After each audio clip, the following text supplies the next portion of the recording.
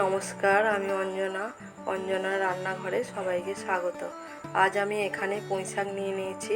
পুঁইশাক কেটে ধুয়ে পরিষ্কার করে নিয়েছি। এই পুঁইশাক দিয়ে আমি মসুর ডাল দিয়ে আর এখানে আমি কচু, আলু, কুমড়ো নিয়ে নিয়েছি। এইগুলো দিয়েই বানাবো। তো প্রথম থেকে শেষ পর্যন্ত ভিডিওটা দেখুন। আমি প্রথমে এই সবজিগুলো ভেজে নিচ্ছি। কড়া গরম হয়ে গেছে, আমি এখানে তেল দিয়ে দিলাম। এবার আমি সবজিগুলো ভেজে নিই।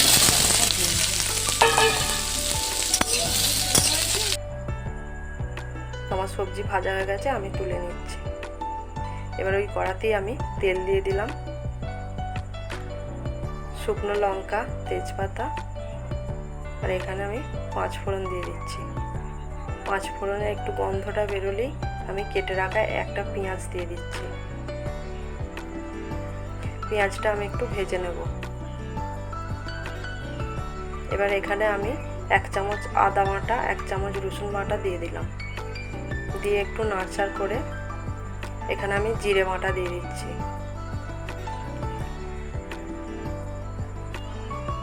এবার পরিমাণ মতো হলুদের গুঁড়ো, পরিমাণ মতো লঙ্কার গুঁড়ো দিয়ে একটু নাড়চাড় করে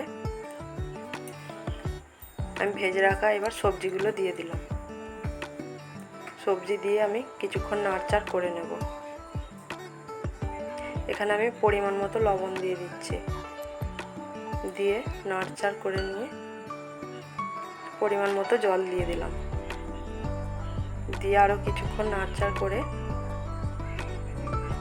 আমি এখানে ডাল দিয়ে দিচ্ছি। ডাল দিয়ে আরও কিছুক্ষণ নাড়চাড় করে নিচ্ছি।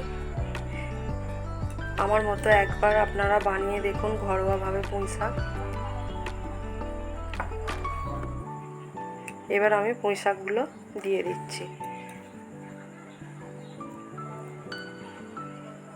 ভালো করে আমি মিশিয়ে নেব সব কিছু।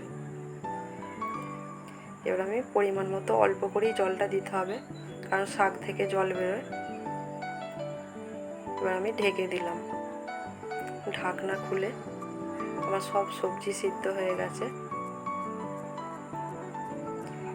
এবার আমি স্বাদ মতো এখানে চিনি দিয়ে দিচ্ছি। আরও কিছুক্ষণ আমি নাড়চাড় করে নিচ্ছি। আমি খুন্তির সাহায্যে একটু ঘেঁটে দেব।